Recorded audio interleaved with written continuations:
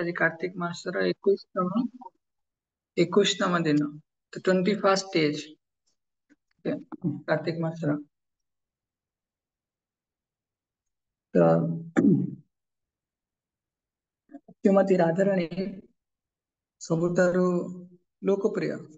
ତ ଲୋକ ଅର୍ଥାତ୍ ସମସ୍ତ ଲୋକରେ ଶ୍ରୀମତୀ ରାଧାରାଣୀଙ୍କର ମହିମା ଗାନ କରାଯାଏ। କୁହାଯାଏ ଜଗତ ଶ୍ରୀନି ଲସତ୍ୟସ, ଜଗତ ଶ୍ରୀନି ଲସତ୍ୟସ ଅର୍ଥାତ୍ ରାଧାରାଣୀ ଅତ୍ୟନ୍ତ ଲୋକପ୍ରିୟ। ଶ୍ରୀଲ ପ୍ରଭୁପାଦ କୁହନ୍ତି ଯେତେ ସବୁ ଭଗବାନଙ୍କର ଶ୍ରୀହରିଙ୍କର ଭକ୍ତ ମାନେ ଅଛନ୍ତି, ସମସ୍ତ ଭକ୍ତ ମାନଙ୍କର ମଧ୍ୟରେ ଶ୍ରୀମତୀ ରାଧାରାଣୀ ହେଉଛନ୍ତି କଣ ମୋଷ୍ଟ ସବମିସିଭ ଡିଭୋଟି। ଆଉ ତାଙ୍କର ଏଇ ମହାନ ଗୁଣ ପାଇଁ ସେ ସାରା ସଂସାରରେ ବିଦିତ ହେଇଥାନ୍ତି। ତା ସହିତ ତାର ସଂସାରରେ ରାଧାରାଣୀଙ୍କର ପ୍ରଭାବ ପଡିଥାଏ।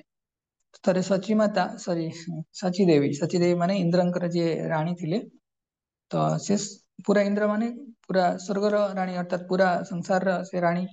ତ ସିଏ କଣ କରିଥିଲେ, ଥରେ ତାଙ୍କର ଆସନରେ ଆସନ ଅଳଙ୍କୃତ କରିଥିଲେ। ଆଉ ଇନ୍ଦ୍ରଙ୍କର ଆସନ କଣ, ତାହେଲେ ଇନ୍ଦ୍ରିୟ ଭୋଗ କରିବାର ଆସନ ହେଲା ଇନ୍ଦ୍ରଙ୍କର ଆସନ। ତ ସଚୀ ମାତା ମଧ୍ୟ ଉପସ୍ଥିତ ଥିଲେ। ତ ସେଇ ସମୟରେ କି ବାହାରେ କି ଜଣେ ଶ୍ରୀମତୀ ରାଧାରାଣୀଙ୍କର ଯୋଉ ଯଶକୁ ଗାନ କରୁଥିଲେ।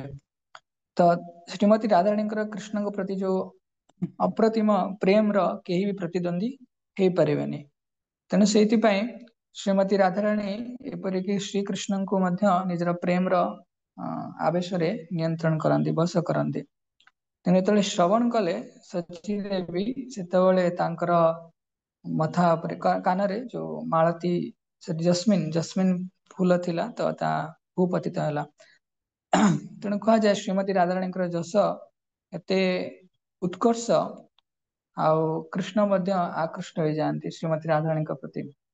ତରି ଶ୍ରୀମତୀ ରାଧାରାଣୀଙ୍କୁ କୃଷ୍ଣ ନିମନ୍ତ୍ରଣ କରିବେ, କହିବେ ହେ ଶ୍ରୀମତୀ ହେ ରାଧେ, ତୁମେ ମୋ ସହିତ ଏ ଭୂଲୋକକୁ ଚାଲ, ଗୋକୁଳ ଯୋଉ ଭୌମ ବୃନ୍ଦାବନ ଅଛି, ତ ସେଇଠିକି ବ୍ରହ୍ମ ବୃନ୍ଦାବନ ନୁହଁ, ଭୂଲୋକକୁ ଯିବା ପାଇଁ କହିଲେ। ତ ରାଧାରାଣୀ ସୁନ୍ଦର ଭାବରେ ଉତ୍ତର ଦେଲେ, यत्र वृन्दावनं नास्ति न यत्र यमुना नदी, यत्र ଗୋବର୍ଦ୍ଧନ ନାସ୍ତି ତତ୍ର ମେ ନମନା ସୁଖମ୍। ତ ଶ୍ରୀମତୀ ରାଧାରାଣୀ କହୁଛନ୍ତି, ମୋ ହୃଦୟ ସେତେବେଳେ ସୁଖରେ ଉଦ୍ଭାସିତ ହବନି ଯେତେବେଳେ ଯୋଉ ଜାଗାକୁ ମୁଁ ଯିବି ଯୋଉଠି ବୃନ୍ଦାବନ ନଥିବେ, ଯମୁନା ନଦୀ ନଥିବେ, ଆଉ ଗୋବର୍ଦ୍ଧନ ନଥିବେ। ତେଣୁ ସେ କହିଲେ କି ମୁଁ ବହୁତ ଦୁଃଖିତ ଅଛି, ଯଦି ଏ ତିନିଟା ଜିନିଷ ନ ଆସିବ ତାହେଲେ ମୁଁ ଯିବିନି। ତେଣୁ କୃଷ୍ଣ ନିଶ୍ଚୟ କରିକି ସେଇ ତିନିଟା ଜିନିଷକୁ ପୁନଃ ଆବିର୍ଭାବ କରାଇଲେ।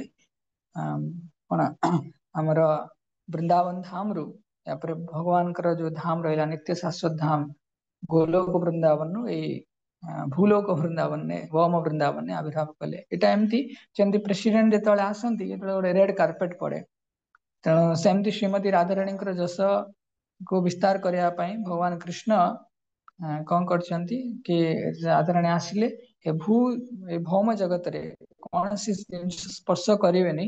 ସେଥିପାଇଁ ଭଗବାନଙ୍କର ସଂକଳ୍ପ ଦ୍ଵାରା ଏ ଯମୁନା ନଦୀ, ବୃନ୍ଦାବନ ଆଉ ଗୋବର୍ଦ୍ଧନର ଆବିର୍ଭାବ ହେଲା। ତେଣୁ ରାଧାରାଣୀଙ୍କର ଯଶ କୁହାଯାଏ କି ଜଗତ ପ୍ରସାରେ। ତେଣୁ ଏପରିକି ସବୁ ଜାଗାରେ ଆମେ ବୃନ୍ଦାବନ ଗଲେ ସେଠି ବି ରାଧେ ରାଧେ ବୋଲି ଉଚ୍ଚାରଣ କରନ୍ତି। ହିମାଳୟ ଗଲେ ବି ସେଠି କିଛି ଡିଭୋଟି ଅଛନ୍ତି ଯୋଉମାନେ ରାଧେ ରାଧେ ରାଧାରାଣୀଙ୍କର ମହିମା ଗାନ କରନ୍ତି। ଏପରିକି ବିଦେଶରେ ପ୍ରଭୁପାଦ ଶ୍ରୀମତୀ ରାଧାରାଣୀଙ୍କର ଯୋଉ ରାଧାରାଣୀ କରୁଣାମୟୀ, ସେଇ ରାଧାରାଣୀଙ୍କୁ ନେଇକି ଯାଇଛନ୍ତି। ତେଣୁ କୁହାଯାଏ ଯଦି ଜଣଙ୍କର ସେତିକି ଶୁଦ୍ଧତା ନଥିବ, ସେ ଶ୍ରୀମତୀ ରାଧାରାଣୀଙ୍କର ଏଇ ଦିବ୍ୟ ଗୁଣକୁ କେବେ ଆପ୍ରିସିଏଟ କରିପାରିବନି। So according to the degree of purity, person's purity, one can appreciate the mood of Srimati Radharani. ତ ରାଧାରାଣୀଙ୍କର ଯଶ ବିଶ୍ୱନାଥ ଚକ୍ରବର୍ତ୍ତୀ ଠାକୁର କୁହନ୍ତି କି ରାଧାରାଣୀଙ୍କର ଯଶ ଯଦି ଆମ ହୃଦୟରେ ଅହଙ୍କାର ଥିବ ତ କେବେ ବି ପ୍ରବେଶ କରିପାରିବନି, ଆମେ ଆପ୍ରିସିଏଟ କେବେ ବି କରିପାରିବାନି। କାହିଁକି ନା ଗୋଟେ ଯଶବାନ ବ୍ୟକ୍ତି ଆଉ ଗୋଟେ ଯଶବାନ ବ୍ୟକ୍ତିର ସ୍ୱାଭାବିକ ରୂପରେ ପ୍ରଶଂସା କରିପାରିବନି ଯଦି ତାର ହୃଦୟ ମତ୍ସରତାରେ ସିକ୍ତ ହେଇଥିବ। ତେଣୁ ହିଂସା ଇର୍ଷାରେ ଯଦି ସିକ୍ତ ହେଇଥିବ ତାହେଲେ ସେ କେବେ ବି ଅନ୍ୟକୁ ଇଏ କରିବନି। ଅହଙ୍କାରୀ ବ୍ୟକ୍ତି କେବେ ବି ରାଧାରାଣୀଙ୍କର ଯଶକୁ ଗାନ କରିବନି, କୃପା ପାଇବନି। ତ ଶ୍ରୀମତୀ ରାଧାରାଣୀଙ୍କର ଉପସ୍ଥିତି ଆମ ହୃଦୟରେ ପାଇଁ ଆମକୁ କି ଯୋଗ୍ୟତା ଅର୍ଜନ କରିବାର ଅଛି? ଏଇ ଯୋଗ୍ୟତା କି surrenderness and submissiveness and service to Krishna.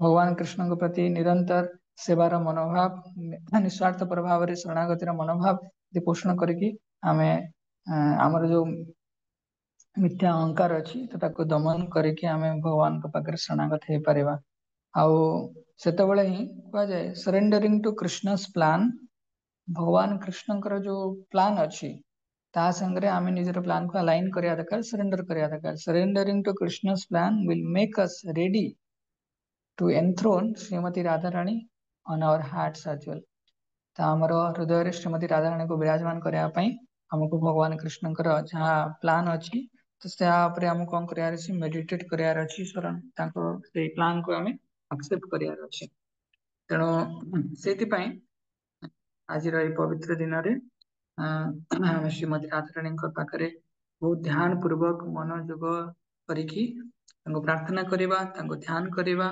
ताकि आम राधाराणी कृपा भिक्षा कर पारिबा ओके हरे कृष्ण श्रील प्रभुपाद की जय कार्तिक मास महा महोत्सव की जय समवेत गौर की जय जय गौर प्रेमानंद हरे हरे बोल हरे कृष्ण हम ये रहा समस्त को पुनः धन्यवाद आज कौन सेसन ना काली भी कौन सेसन ना परदिन गोपाष्टमी अच्छी तापर दिन तो आम गोपाष्टमी रे बाल गोपाल विषय श्रवण करवा ओके हरे कृष्ण वंशाकल्पतरुश्च कृपा सिन्धुभ्येव च पतितानां पावनेभ्यो वैष्णवेभ्यो नमो नमः अनंत कोटि वैष्णव वृंद की जय जगत गुरु श्रील प्रभुपाद की जय उपस्थित समस्त भक्त वृंद की जय निताई गौर प्रेमानंद हरे हरे हरे कृष्ण।